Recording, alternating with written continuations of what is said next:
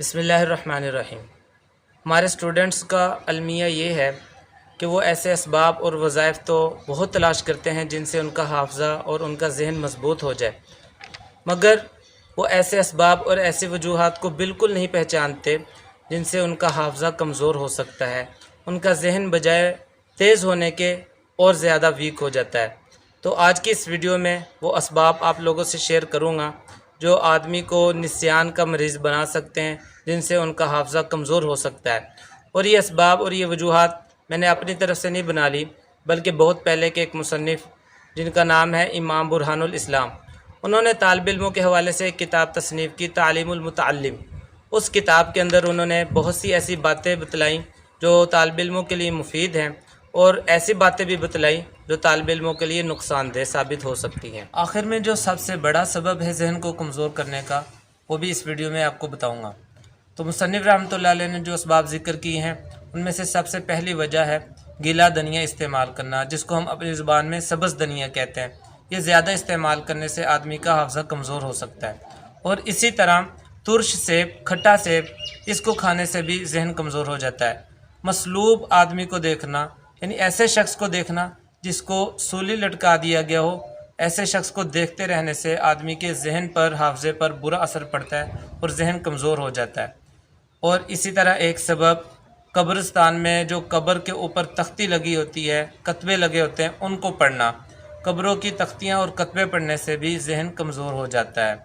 और पांचवा सबब जो मुसन्निफ़ रहमतुल्लाह अलैह ने बतलाया है, वो ऊँटों की कतार के दरमियान से गुज़रना। ऊँट जा रहे हैं, उनकी कतारों के दरमियान से गुज़रने से भी जहन कमज़ोर हो जाता है। छठी वजह जहन की कमज़ोरी की ये है कि आदमी के सर के अंदर जो गंदगी की वजह से और मैल कुचैल की वजह से जुएँ पड़ जाती हैं, उन जुओं को ज़िंदा ज़मीन पर छोड़ देना, यानी उनको ना मारना, उनको बग़ैर मारने के ज़मीन पर छोड़ देना, इससे भी आदमी का हाफ़ज़ा कमज़ोर हो सकता है। और आखिरी वजह कि हिजामा गलत जगह पर लगवा लेना, यानी हिजामा एक मसनून इलाज है जिसकी हदीस के अंदर बहुत तरगीब है, मगर गुद्दी के सिरे पर, गर्दन के जो पिछले तरफ का हिस्सा है जिसको हम गुद्दी कहते हैं, उसके सिरे पर हिजामा लगवाना, इससे भी जहन कमज़ोर हो सकता है। ये असबाब जो मुसन्निफ़ रहमतुल्लाह अलैह ने एक जगह ज़िक्र की है अपनी किताब में हाफ़ज़े की कमज़ोरी के। सबसे बड़ी वजह हाफ़ज़े की कमज़ोरी की वो है गुनाहों की कसरत। इमाम शाफ़ी रहमतुल्लाह अलैह फरमाते हैं कि मैंने एक मरतबा अपने उस्ताद इमाम वकी रहमतुल्लाह से हाफ़ज़े की कमज़ोरी की शिकायत की थी, तो इन्होंने अशार की सूरत में इसको बयान किया। कहते हैं कि शिकौत इला वकी सू हिफ्ज़ी, मैंने अपने उस्ताद इमाम वकी से हाफ़ज़े की कमज़ोरी की शिकायत की। फ़ौसानी इला तरकिल मासी, उन्होंने मुझे गुनाहों के छोड़ने की नसीहत की।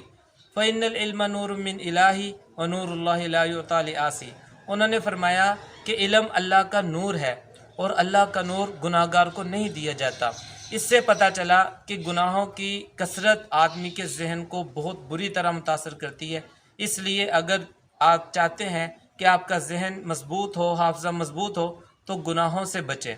आपको पता चल गया होगा कि गुनाहों की कसरत हाफ़ज़े को बहुत मुतासर करती है, और उन्हीं गुनाहों में एक गुनाह जो हमारे मुसलमान नौजवान लड़के लड़कियां आम तौर पर करते हैं, वो है बदनज़री का गुनाह। अल्लाह सबको इससे बचाए। ये ऐसा गुनाह है जो आदमी को अंदर ही अंदर आदमी के हाफ़ज़े को मुतासर करता रहता है। सब पढ़ा हुआ, याद किया हुआ बुलाता रहता है और आदमी को पता भी नहीं चलता। फिर आदमी जब दोबारा पढ़ने की कोशिश करता है तो देखता है कि सब सफाया हो चुका है। तो यही बदनज़री एक बहुत बड़ी वजह बनती है हाफ़ज़े की कमज़ोरी की। ख़ास तौर पर हाफ़ज़े कुरान के लिए इस गुनाह से बचना बहुत ज़रूरी है, वरना कुरान पाक बहुत जल्द भूल जाएगा।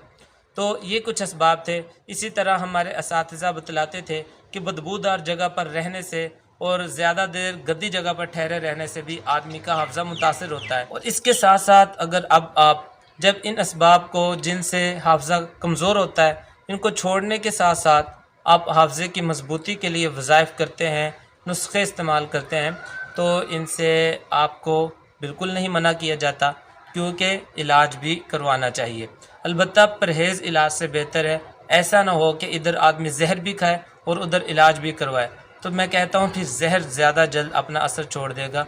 इसी तरह अगर आप इन असबाब को भी इख्तियार करें जो हाफ़ज़े को कमज़ोर करते हैं, और उधर हाफ़ज़े की मजबूती के असबाब भी इख्तियार करें, तो फिर हाफ़ज़ा मजबूत तो कम होगा बल्कि कमज़ोर ज़्यादा हो जाएगा।